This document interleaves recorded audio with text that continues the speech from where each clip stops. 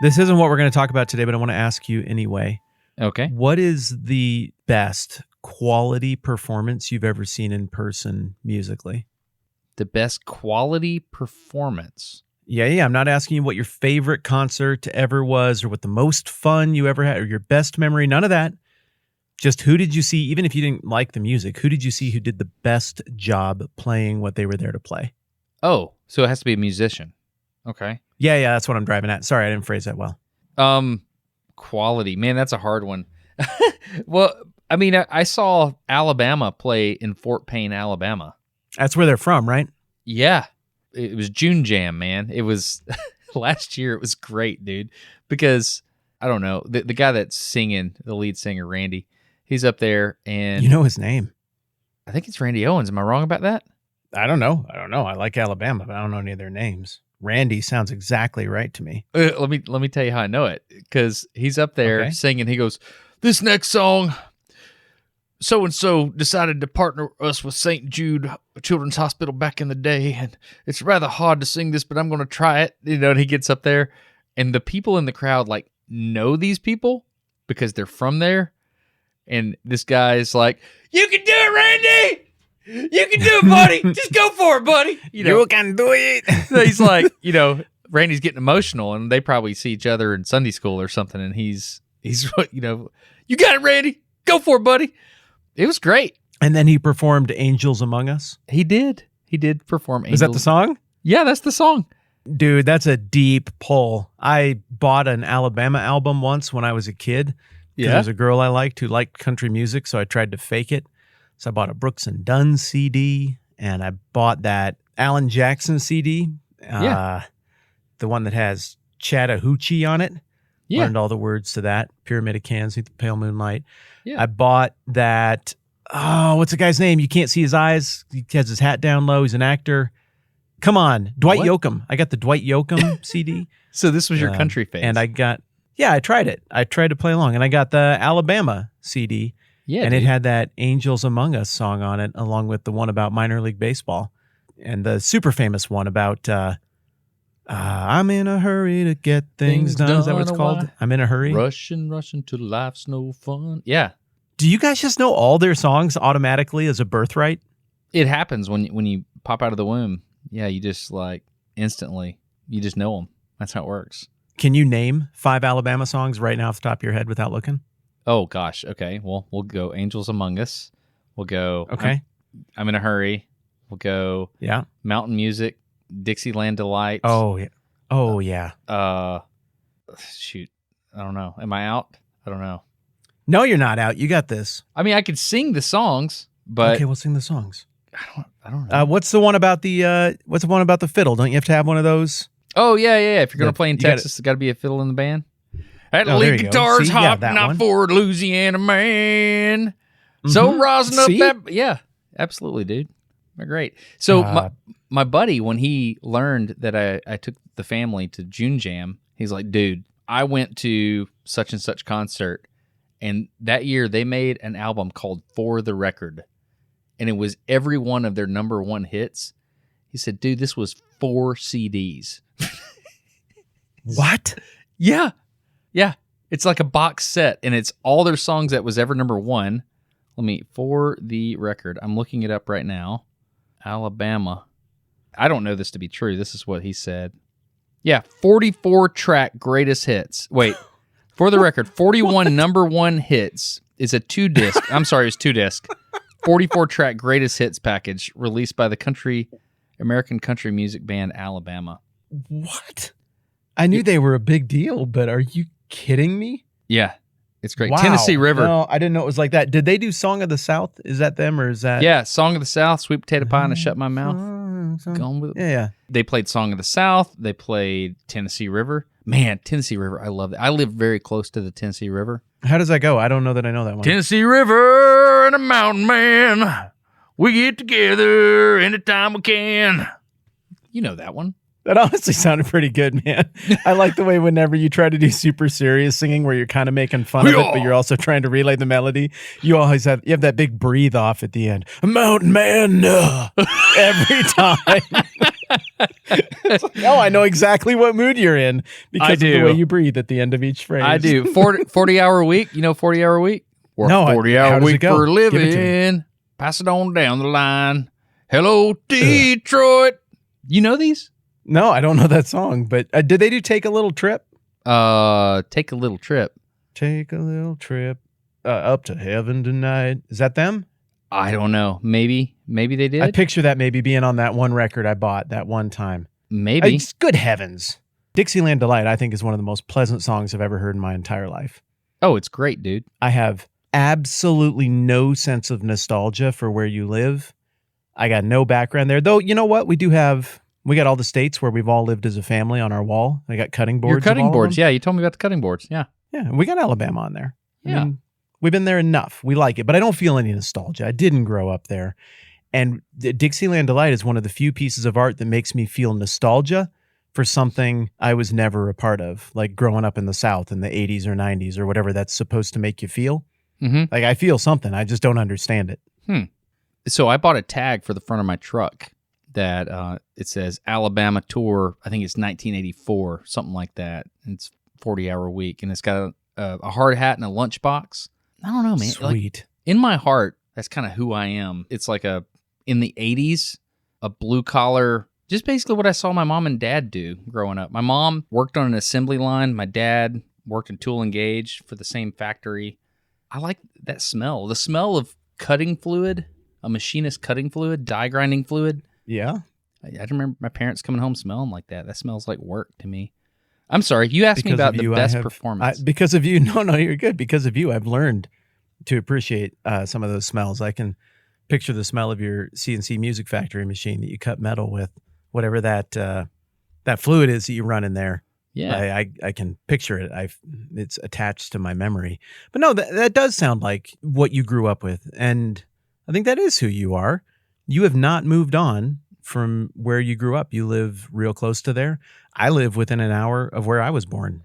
So stuff like that, it kind of gets in the blood, and you got little bits of music and things like that connect to it. But there's no South Dakota or Mountain West band that's the equivalent of Alabama. I mean, you got Rocky Mountain Way by Joe Walsh. That's sort of anthemic for this part of the world. I don't know. I can't think of anything. We don't really have a song, let alone an entire 41 greatest hits #1 album from a band that is named after our state. That's pretty wild. The thing about Alabama, they have a really interesting song about, it's basically an environmentalist anthem.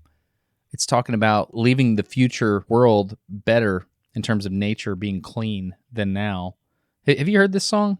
No, I thought you were going to say they did the Captain Planet theme song, but it's not He's that. He's our hero, gonna take pollution down to zero. Yeah, the Captain Planet. Put a steel guitar on it, and it sounds totally right. I'm not familiar with their environmental anthem. It's really good. It talks about leave some green on the ground, leave some blue up above us. It's good. Anyway, The song that I think of when I think of your part of the world is John Denver, Rocky Mountain High, Colorado. Oh, yeah. I'm an idiot. Why didn't I say that? Yeah, that's a really good point.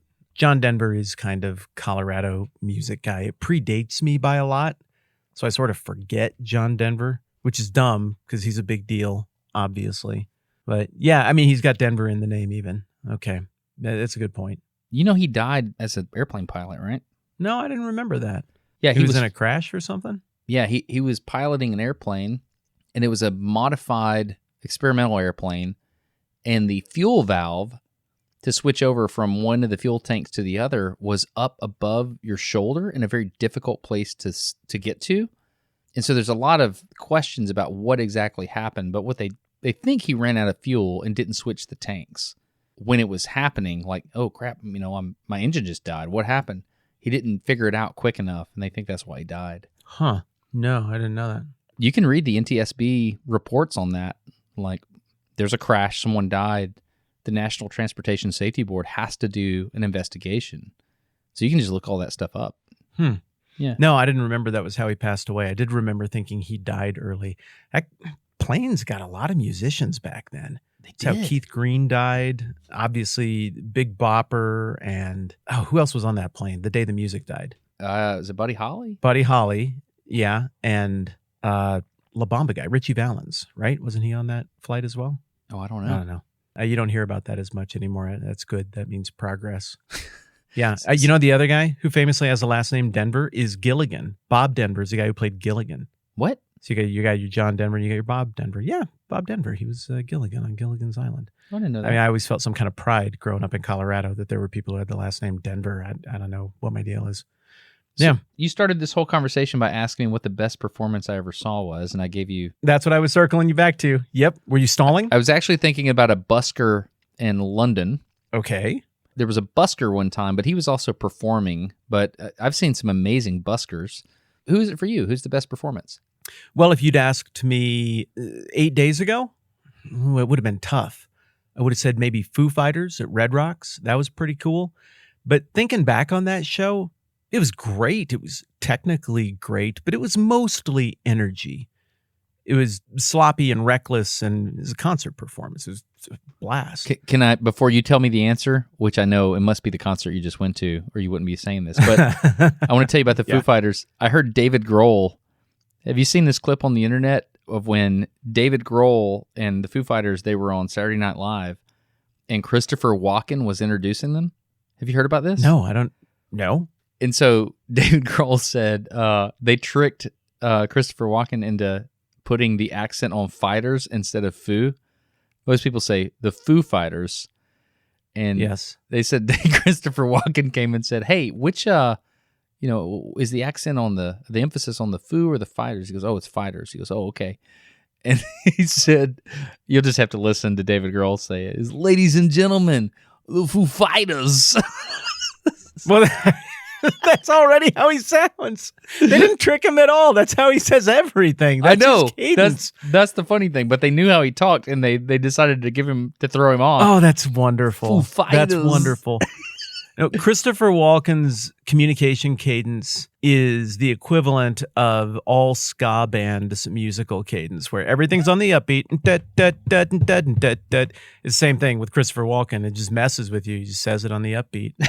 I'm sorry. Oh, that's adorable. Oh, my goodness. So the Foo Fighters were going to be your best performance ever. Now what is it? Yeah, probably. It's Toto. Have you heard of Toto? Do you remember them? It's an old band. Africa. Yeah, there you go. I mean, that's the one they're famous for, but they're not a one-hit wonder, not by any stretch of the imagination. And it's a band I've been aware of for a long time. I have some childhood memories of Toto songs. And Africa, as a kid, was just one of those. The one that really, well, let me ask the question instead of just telling you. Do you know any other songs by Toto off the top of your head?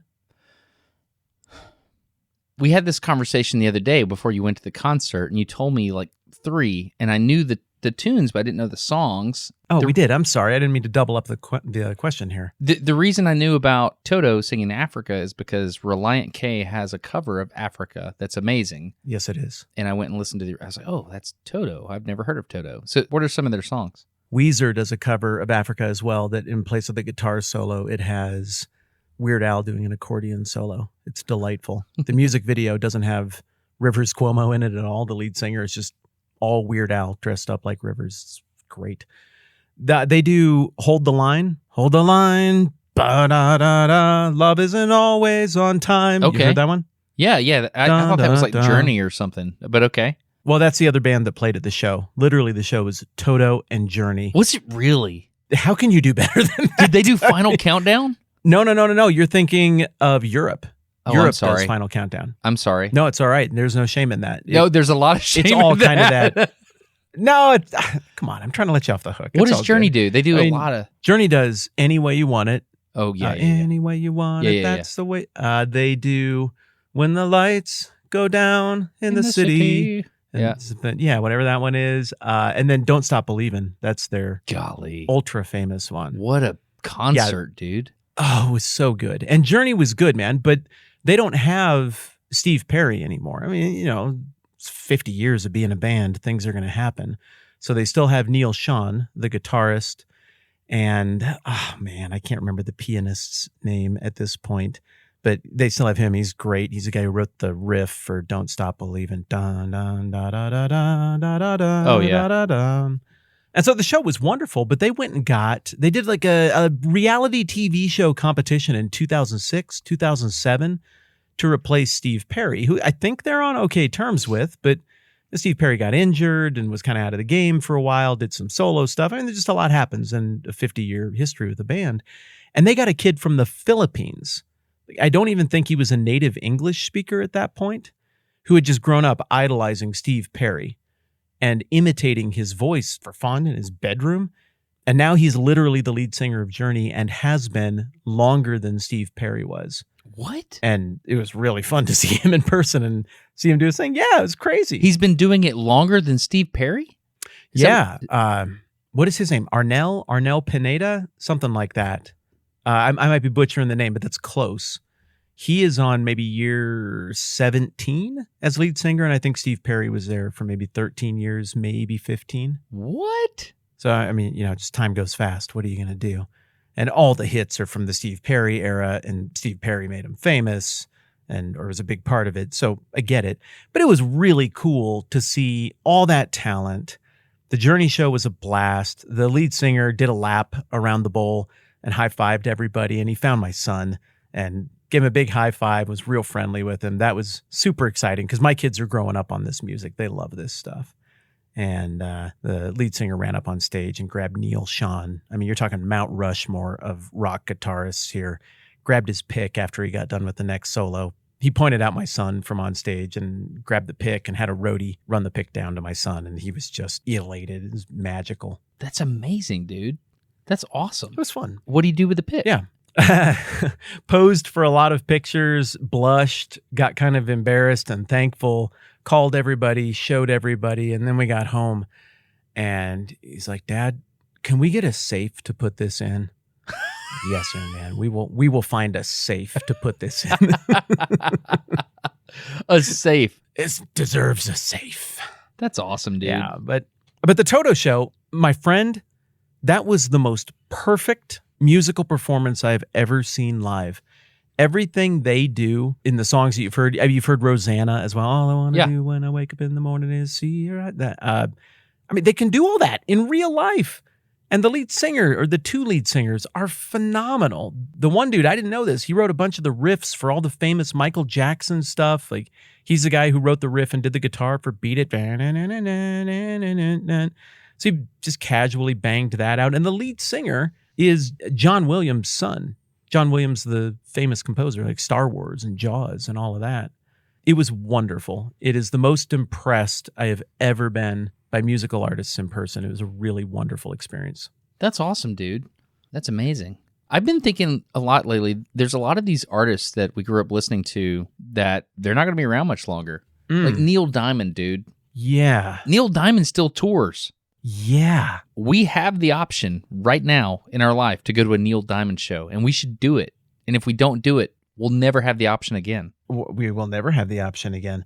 I have a computer that is internet connected over here, and discreetly in the background, I'm just going to find out what it would look like as we're talking for us to go to that Neil Diamond show. How much does it cost? Dang. Okay, now there's like Neil Diamond, the musical kind of stuff happening. What? This is going to take some research. Apparently somebody wrote a musical about Neil Diamond, and that's the thing. But I don't know if he's doing concerts still. Neil Diamond. I sent my parents, my sister and I sent my parents for Y2K at the Pepsi Center in Denver. They went to Neil Diamond. And while the rest of us were obviously huddled in our bunkers waiting for the end of the planet, my parents were just dancing and crushing on Neil Diamond. And apparently it was wonderful. Let's see. Get premium tickets. Get general. Okay. Last week's. Don't miss your chance to see A Beautiful Noise. Must end June 30th. Get general tickets. Yeah, it seems to be a thing, man. You can do it. Beautiful Noise, the Neil Diamond musical. Oh, okay. Oh, I don't know. Maybe that's not Neil Diamond. I don't know. September morn, we danced until the night became a brand new day. I don't even know what these songs about, but they're all like a guy. I picture a dude leaning next to a piano, being seductive in the way people imagined being seductive in like 1961, and it working on women. That's what I picture when I picture Neil Diamond. I don't know what those words mean, but people like it. All I know is when Neil Diamond came on the TV, my grandmother would get really quiet. I didn't know anything about Neil Diamond, but I knew she liked that. Oh my goodness. Yep. Kind of the equivalent of the effect that Sydney Sweeney on SNL had on dads across the country last week, apparently, according to the internet. My mom feels the same way. My mom was always a huge fan of Neil Diamond, Magnum P.I., and Spock. Oh, yeah. Those are the guys. Spock? Right there. Wait, hold on, wait. You know. I didn't know about Magnum P.I. Leonard Nimoy. What? Yeah. Okay. I didn't see that one. I don't know. She grew up in Rapid City, South Dakota, dude. It doesn't have to make sense. Okay. All right. Sounds great, isolated. Man. I'd like to Kobayashi Ismaru. That's my mom. I'm sorry. It's the only Star Trek reference I knew. Oh, crap. What are we talking about today, dude? Well, it's a choose your own adventure because now we're a ways in. I wanted to tell you about the concert thing. I forgot we already talked about it to that extent. Whatever. You get to hear a little bit about it twice and some new stuff. But you got to choose your own adventure now because we're far enough in that we could talk a little bit more about music and going to shows, or we could talk about the thing that I wanted to talk with you about, which I think you might really like. I think it's really interesting. I think you're going to have opinions. Let's do that one. So you pick. Let's do that one. The one I'm going to really like. Fair enough. Yeah. Okay, Fort Payne, you mentioned that earlier. Is that a touristy town, or is the only attraction in Fort Payne, Alabama, that the band Alabama is from there? That's pretty much it. It used to be the sock capital of the world. They used to have a lot of sock mills there. Not far from that area, up near Mentone, there's a place called DeSoto Falls. So there's a lot of hiking and things of that nature in that area. If you go up really far north, you can get to Chattanooga. You can go to Rock City. Okay. That's probably the closest tourist thing, yeah. Okay, there we go. Yeah, Rock City, you and I have been there together. Yeah. And that's kind of a touristy area up there on Lookout Mountain. Don't you have some sort of ethnically German or Swiss style town in Georgia? Yeah. Near there? Helen, Georgia. What is that place called? Helen, Georgia. Helen. Yeah. I haven't been. What's it about? Basically, what seems to have happened is they created a covenant. Everybody agreed to build their buildings in the style of Bavarian, like Black Forest style German architecture.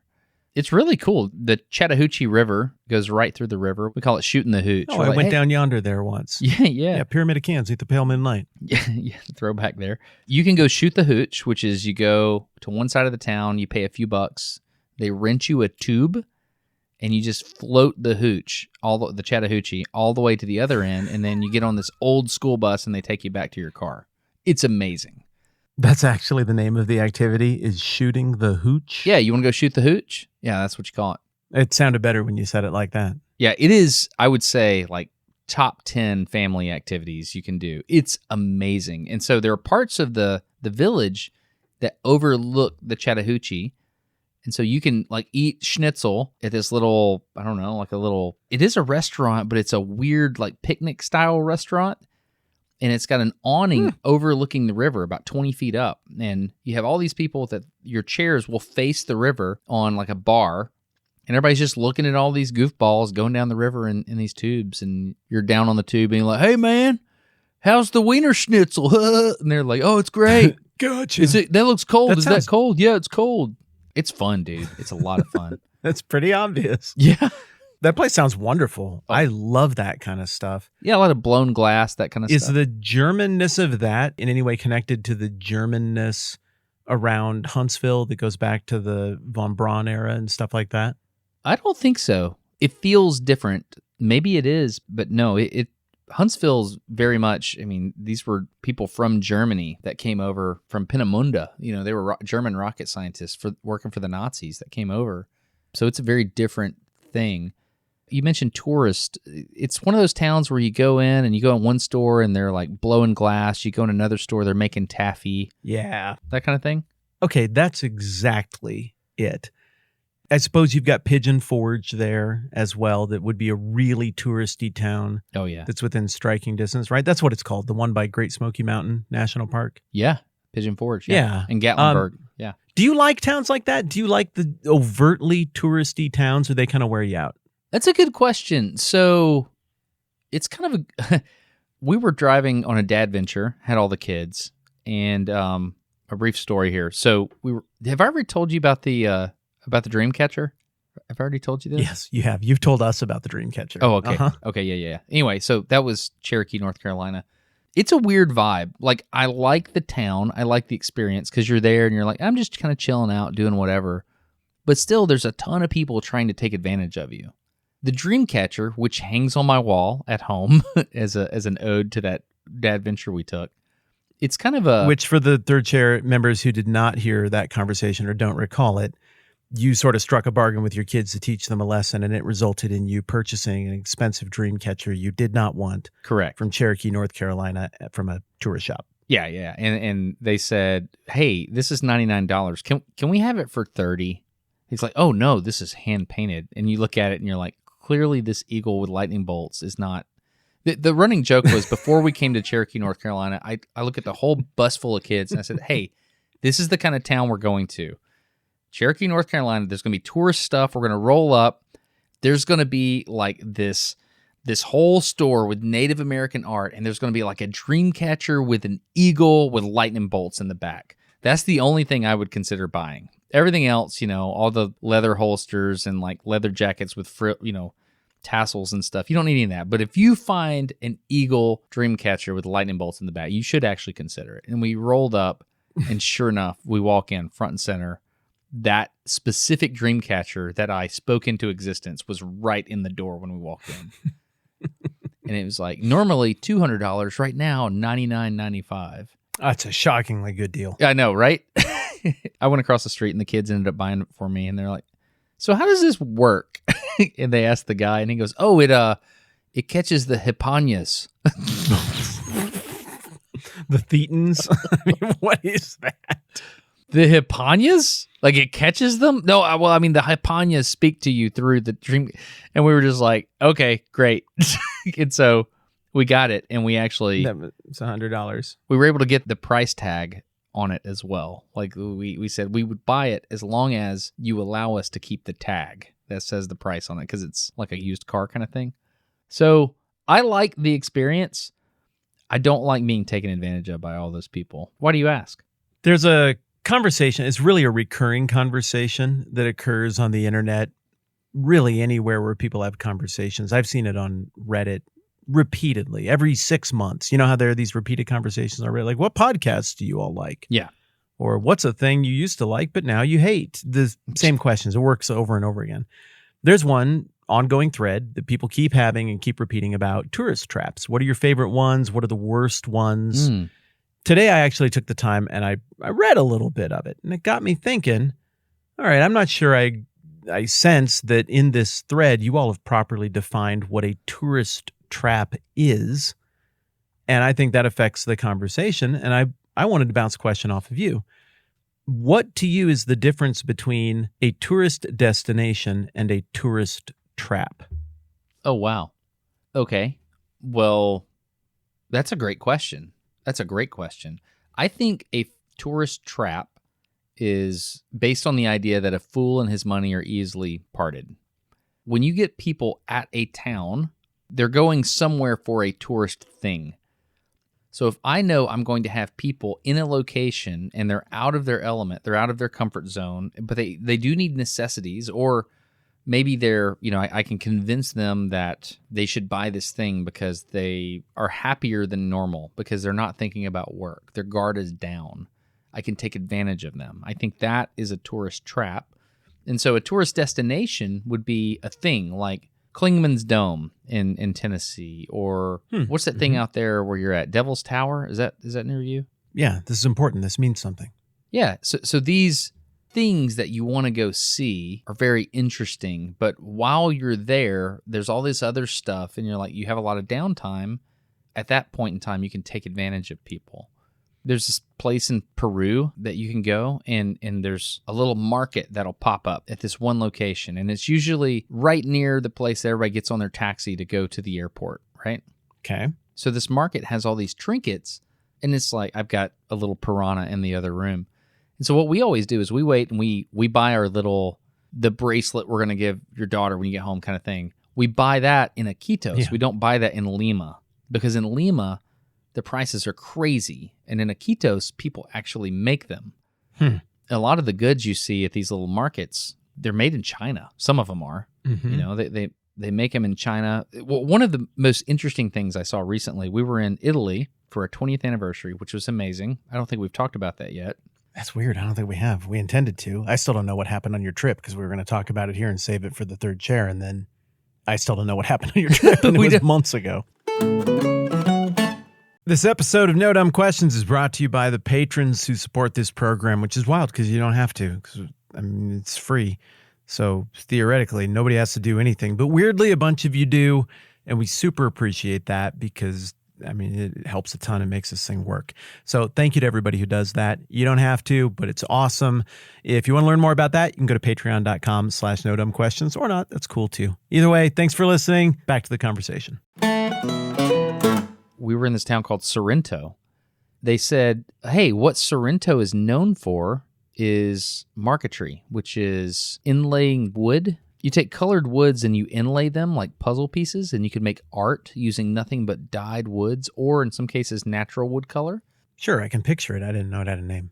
Yeah, imagine a flower in really light wood like maple and inlay that in a walnut veneer. Mm-hmm. When we're in Sorrento, they're like, oh yeah, all these fantastic arts are made here in Sorrento.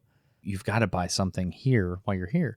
It was kind of a half and half thing. There were actually workshops around the area that did this, but there were a lot of tourist traps, and you would notice that all the products looked the same. Yeah. And so they were all selling the same thing. So there's probably one factory somewhere that does all this with CNC machines or something. But as they're doing it, they're selling it wholesale to all these other people. So it kind of felt like a manufactured. When people come to this town on their way to, the coast, the Amalfi Coast, or on their way to Pompeii or wherever they're going, if they stop here for a night, our goal is to sell them this thing. It feels like an industry based purely on tourism. I don't know if this is answering your question. Is that what you're getting at? Well, so do you feel like Sorrento was a tourist trap then? To some extent, most of Italy is a tourist trap. Okay, but let me offer a counterpoint to that.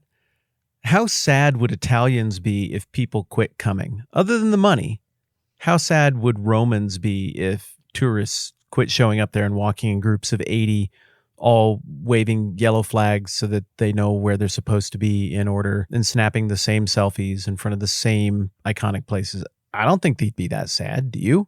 No, you're right. They wouldn't. I think they were irritated. People in Italy were irritated that other people were there. In fact, I know they were. So yeah, it's part of the backdrop for them. Had a physical confrontation at one point. Yeah. Yeah, us too. Golly. I don't know if somewhere like that counts as a tourist trap in my mind, though. We're going to talk about Italy later, right? We're not going to do that. Yeah, let's save it. We can just do that for our very next conversation because I know we have notes to compare and we've held off on that.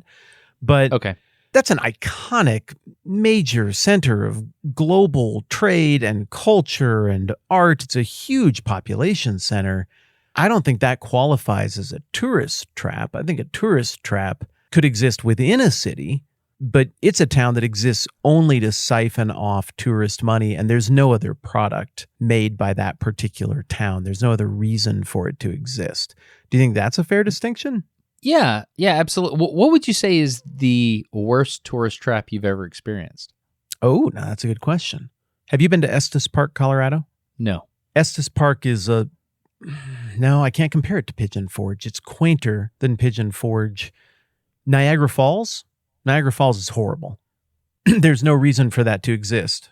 I've seen Niagara Falls, but I have not seen any of the tourist trap stuff. We just went up on a bus and then we immediately got back on the bus and left. So okay, I haven't seen all the touristy stuff there. Okay, no, I want to change my answer. I don't think it's Niagara Falls. I think Vegas is the worst tourist trap of anything that has ever been invented by humankind. Yeah. The whole point was to move it out into a desert where nothing touches it, where it feels like you're an exotic, faraway place, where just the locale and the mystique drives a wedge between you and your usual moral standards and expectations. I mean, they even branded it that way. What happens in Vegas stays in Vegas. That was 20 years ago, but they branded that way. I think that is the Island of Lost Boys. I think that is the greatest A Fool and His Money is our soon-parted achievement in all of human history. What say you? Yeah, I don't like it. Now, there are some things in Vegas that are interesting. They have this really cool, I think it's near Vegas. It's like a power generation facility that's nothing but mirrors, that they're shining sunlight up at a Stirling engine, and that's fascinating. I assume that's is that the stuff that's on the 5 going down toward Southern California? Yes, I believe so. You see it from the interstate there, right? Yep. Yeah. It's amazing. Yeah, that doesn't feel like a tourist trap. No, so that's cool. That's amazing. But certainly the casinos, my goodness, man. I mean, that's the only reason they exist is because they're trying to get people's money. I mean, there's really no product. I was in Vegas not long ago for work, and I remember thinking, man, I've got to be like, I think it was like 5 a.m. I have to be on the airplane. And so I remember thinking, man, I've got to sleep in a casino because that was the cheapest we could find hotel. Yeah. Or the cheapest reasonable hotel we could find. And so I did that, and I could just feel like temptation all around me. I remember getting there and I was like, I'm hungry. I've got to eat. Well, I'm going to go find a burger. So I went and found a Shake Shack. But in order to get to the Shake Shack, I had to walk down the street, and I passed so much stuff. And it just felt like, the prodigal son. It felt like you were walking and everybody wants to get your money, and it just feels gross, man. Before you and I knew each other, I lived there. You remember that, right? That I briefly lived in Vegas? I do. Well, that's how I met Rocky, the drug stopper, and Shelby, drugs. Nikolai Volkov. Yeah. Did you like living there? No, I really didn't. And there are people I care about who live there, and I just don't want to wholesale trash the town because there's community there, and some good people I know got produced entirely. My buddy Shelby. That town made him, and Shelby is a saint. He's just a wonderful dude. I wouldn't say Rocky is a product of there. He's my dear friend as well. He's a product of the South, down by you. He is an absolute gentleman. That's his thing, and I don't think he learned that in Vegas. But I've seen Vegas produce good things. My daughter was born in Las Vegas. I have fond memories of all of that. But there seemed to be something really off about that place for the most part in terms of how people thought about themselves, their neighbors, being invested there. When I lived there, they were tearing down casinos they made, 15 or 20 years earlier. They cost $1 billion, but hey, the shine has come off of it, and that real estate is too valuable. Tear it down, build something else in its place. Really? Yeah, well, think about it. You're building things that are like art. They're meant to sort of give you the vibe of art, but they're not. So here's a cheap version of the Eiffel Tower. Aladdin's Castle, Aladdin's Palace. There's a casino there called Aladdin's. It was right next to Paris, across the street from the Bellagio back when I lived there. And it's gone now. It went away while I was there just after. And it was really cool. It was elaborate. It was all sort of this Arabian Nights kind of theme. And they just tore the whole thing down and replaced it with something else. It is unbelievable money that it costs to destroy a thing that cost unbelievable money. That tells you what the product is there. The money tells a story. If it's worth it to do that with something you just got done building a few years earlier, then it tells you what the product actually is. The product is what? Misplaced hope? The product is chaos, that your mundane life is going to have an element of chaos introduced to it while you're here. Maybe good chaos, maybe bad chaos. I don't know what's going to happen while you're in Vegas, but something will happen while you're in Vegas. Maybe the product is getting to explore a different, maybe more debauched version of yourself to just see what that person would have been like, and then hope that no consequences will follow. I don't know. The product is intangible there, though, right? Because you don't get anything. I don't know. What do you make of that? What would you say the product is? Man, your phrase "misplaced hope," that hit me pretty hard. That's deep, dude. The product is... It's like a brief shot of dopamine. Or here, come in here and put your money in this little thing right here on this number, and then we're going to do this little thing over here, and then you might get some endorphins out of this. I don't even know how the brain chemicals work, but it feels like you're chasing a temporary high. Yeah, sure. Man, that's weird. It's also weird for me to think that I did some work in the early 2000s there, or mid 2000s. And it makes me think that you might have been living there while I was running to the airport or something like that. We were kind of passing each other by like ships in the night. Oh, we certainly were. I lived right by that airport. That was my favorite thing about Vegas, man. McCarran? From my house to the airport. Yeah, McCarran Airport is like 2 minutes and it's just right there in town. All the other airports, you have to go through all this rigmarole, but Vegas, they want you to feel like you can get in and out of there cheap and fast. Quick security, quick turnaround, cheap flight that goes to small and mid-sized towns all over the place. And so living in Vegas, oh my goodness, you could take advantage of it. It's the gateway to the whole planet. It was wonderful. What do you mean? I was so grateful for that, and I miss it. Well, because McCarran, I mean, all those flights go the other way as well, right? So you just buy flights out to interesting places all over the world, and you can get there so cheap and so fast. It was wonderful. Oh, that's interesting. And the design to get you in there, just even the exit ramps and what the interstate does to get you in there, it was so fast. You could leave for the airport 45 minutes early and make your flight. You could have air access to the whole country, but not have to live at LAX. Right. And LAX is way less convenient than McCarran. Yeah. Yeah, that was awesome. Okay, that's interesting. Very interesting. Yeah, and the nature there was cool. And, you know, I kind of mocked the art that was there. Let me clarify that a little bit. I still want to ridicule the quote-unquote art, because all of those casinos are meant to give you the impression of art. This is like Caesar's Palace. This is like Rome. This is like Paris. This is like Venice. There's a lot of Italian theme there, obviously, because of where casinos come from. But all of that art is meant to make you feel more self-assured of your knowledge of the world and control of the world. None of that art does what art is actually supposed to do, which is challenge and force you to listen to someone else. I mean, to observe art is to listen. Fundamentally, you are hearing. Great art is a true expression of what somebody else is or what they're thinking or what they're doing. Even if you don't share the conclusions or the view on the world, when you consume their art or observe their art, you are hearing them at a very deep level. And that's part of why art is so important. It's a great way to listen to and understand and feel empathy to other people because of both the limitations of time and our inability to really listen and hear in a way that words don't even accomplish. Art transcends that, and you feel other people even across time. It's an amazing, vital part of what it is to be a human being. Vegas bastardizes all of that. It's kitsch. It destroys art. I think somebody very wise once said something like that. I think it was Oscar Nunez from The Office. The art there doesn't challenge you. It makes you feel comfortable and good about where you are.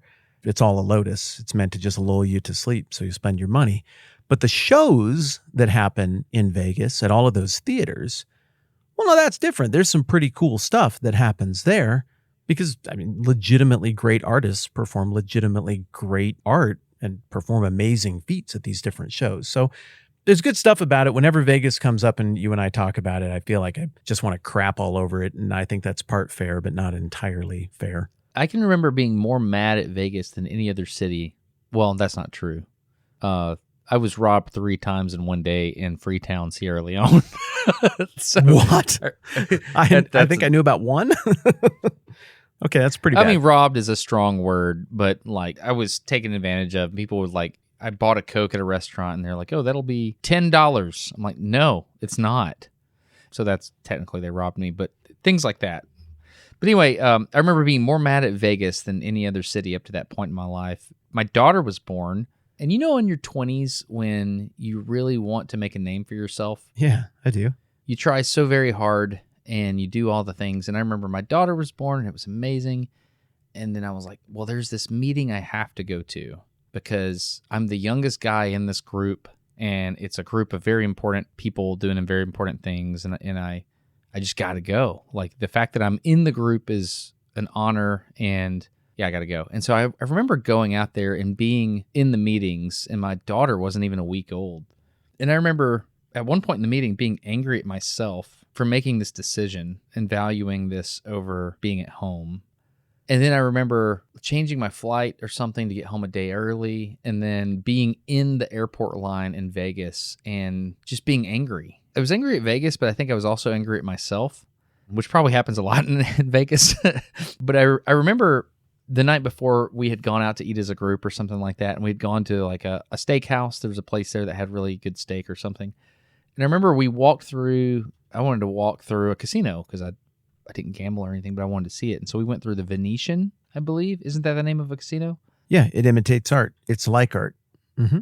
And I remember looking at a statue and thinking, oh, wow, that's a nice statue. And then realizing it was fiberglass and it had plaster over the top of fiberglass and thinking, wow, this is not even an inch deep. The beauty of this place is so fake. Like everything about this is fake. Mm-hmm. And I remember having this little, I wasn't quite an existential crisis, but thinking about like going after this part of the career that I was trying to do as well, which brought me out there, which took me away from my family. And I was like, man, it was just this whole thing. Like I had fallen for a lot of tricks in a row, one of which was prestige and honor among men. Another was looking at the beauty of this place so very badly, wanting to be home with my new daughter and my wife. I just remember a very, very, very deep sense of sadness there and anger at myself. I remember that. There's this thing that happens when you fall for a tourist trap. There's this guilt and regret, or some people are like, "Oh, that was fun. Whatever. We'll put $20 on red. Whatever. We can blow the money. It doesn't matter." But I end up feeling like a fool, and I feel like I don't know. I feel a sense of guilt when I fall for something that's silly. I can't even remember what it was, but I remember seeing something that would be interesting. Like the old trope is you go to a circus and they're like, come see the whatever, the werewolf man or whatever. And you give your $5 and you go in and it's somebody in a suit or something, Yeah, sure. That feeling when you leave and you're like, well, the terms of the deal where I give you money and you show me the thing. And technically you did what you said you were going to do. It was just not what you sold me. Whenever I fall for something like that, I feel dirty. Good word for it. Wow. That's how I felt coming out of Vegas. That's why I stopped being a Christian for a while. Really? Yeah, it got me that hard. It was a bad experience. All of it. Everything about it. I just felt like I got duped. I felt like I made mistakes. I felt guilty. I felt dirty. I felt embarrassed. I felt like, I've said this many times, I've come around to a point of realizing I have a lot more ownership of that weird little chapter in my life than I cared to admit back then. I see more clearly where my own immaturity is at fault for why that didn't work as well as it could have, as well as external things. But those emotions you just said, because remember, I have a story as well of a brand new little baby girl that changed my life and taught me how to love. And I'm stuck in Vegas and I'm loading things up to leave and I'm pretty disgusted with the whole thing. And that story, well, you know what? I think you and I were in that town, that exact same time, having the exact same feelings, going through the exact same thing. Really? I think I was going through that. Like, well, yeah, I know how old your kid is, and I can do the math on all of this. That's wild. We were having that same experience in the same place at the same time, long before we ever knew each other. That's wild.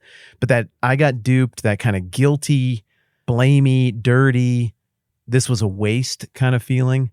That's how I feel as well. And there are three things that'll make me feel that. One is what we're talking about, feeling like I got duped in a trap or a tourist trap.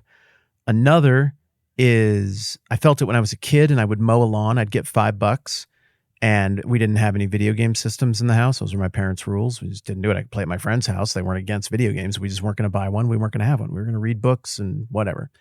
So if I got $5, I would want to ride my bike to the mall, which is so funny that I could ride my bike all the way across a city of 125,000 people to the mall in the late 1980s. And my parents were like, great, well, don't get murdered. That's awesome. And then later I would come home and that was no problem. I had $5 total for the entire trip and no cell phone. And my other friends would ride their bikes from wherever they lived to meet me at the mall. And I would take that $5 bill and I'd agonize over it. But I would eventually decide to put the whole $5 bill into the token changer because you get a couple bonus tokens for that.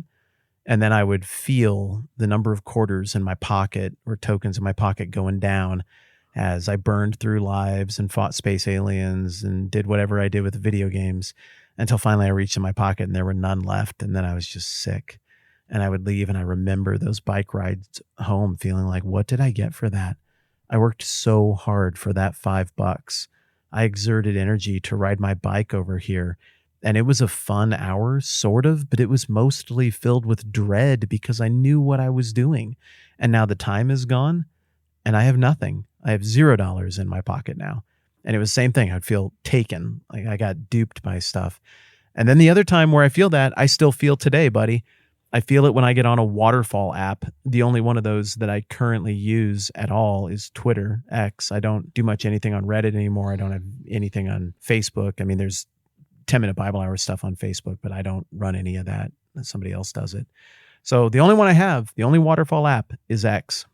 If I get lost, get on a little kick and get going on that, and 30 or 45 minutes later, I come to and I realize what I've just done, I feel sick. I feel disgusted with myself. Like I just got tricked. I got duped. I have nothing to show for that time. It's gone. I could have been with my kids. I could have been reading a book. I could have taken ground on a project. I could have done anything. And instead, I'm still the idiot 11-year-old kid that mows the lawn and uses his precious time to burn through those precious tokens in his pocket on the stupid video game. And then you got nothing on the other end. It's just that the video game is turned into... And the tokens are time. The tokens are time, dude. Dude, that is a masterful... You set me up for an hour to tell me that social media is a tourist trap. That's why I feel dirty, and the tokens are time. Dang, Whitman, that was good, man. Good job. We got there. I wanted to talk about Toto a lot. That took longer than I was thinking. But man, that's good. It's also why I asked you the question, though, what's the distinction between a tourist trap and a tourist destination? Because a tourist destination, that can be art. That can be empathy and growth. You talked about the nature around Fort Payne and going to the waterfall and shooting the hooch. That's a phenomenal phrase.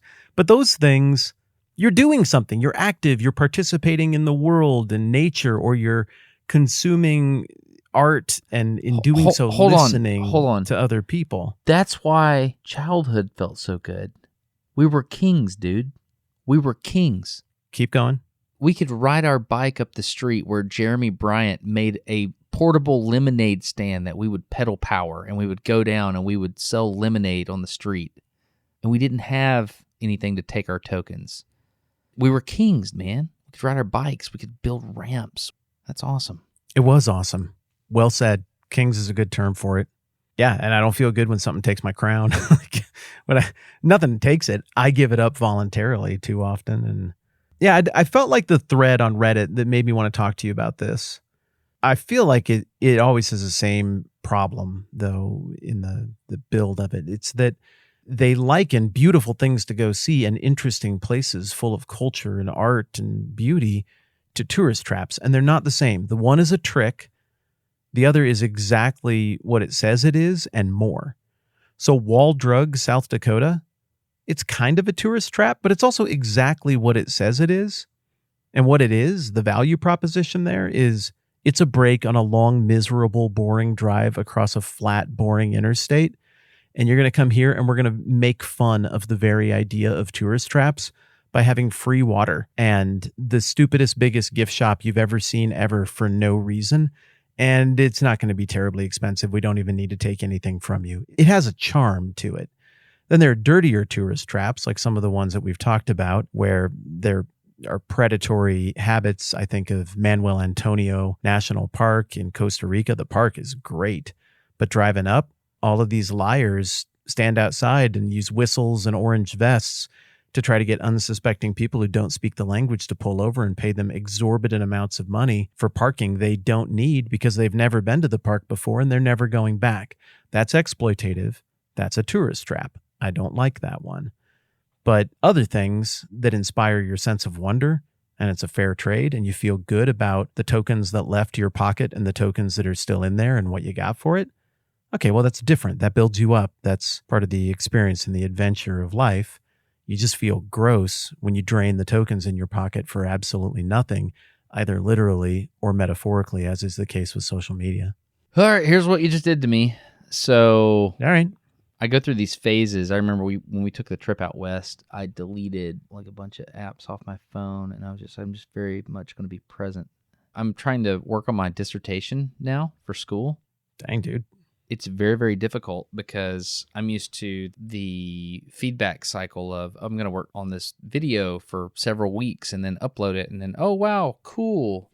I got the gratification of uploading the video, right? Well, dissertations aren't like that. They take forever. And so you don't get that feedback, instant gratification kind of feel. It's not instant, but You know what I mean? You felt that. Yeah. As you're sitting there talking about tokens, I've had this dirty feeling recently when I'm pulling up my social media apps and just swiping. My drug of choice is Reddit, Instagram, and X, and I'll just kind of swipe. I was talking about this with George. My hand will just go for the phone. You made me just delete those. They're gone. I just deleted them off my phone. Really? Yeah, I pick up my phone a lot right now. Now, I'll put them back on eventually. I think I kept Reddit off my phone for, I want to say 1.5 years or so last time. Cool.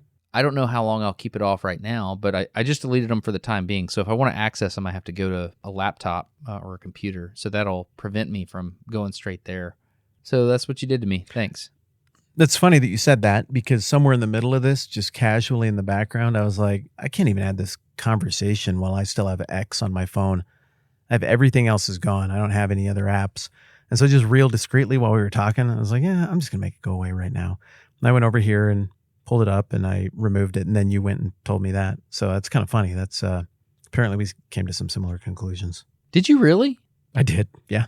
That literally just happened. Maybe 10 minutes ago in the conversation. Okay, cool. So we both did it without telling each other. That's cool. That is correct. Yeah. Yeah. This conversation makes us better, I think. Yeah, maybe so. I guess for a short period of time, at least, until we decide to put this back on our phones, we'll be feeling less dirty. Yeah, I think there can be a right relationship with these things. I mean, the whole point of the conversation for me was not to be like, social media is bad and I'm going to delete this app. I am a crusader against social media.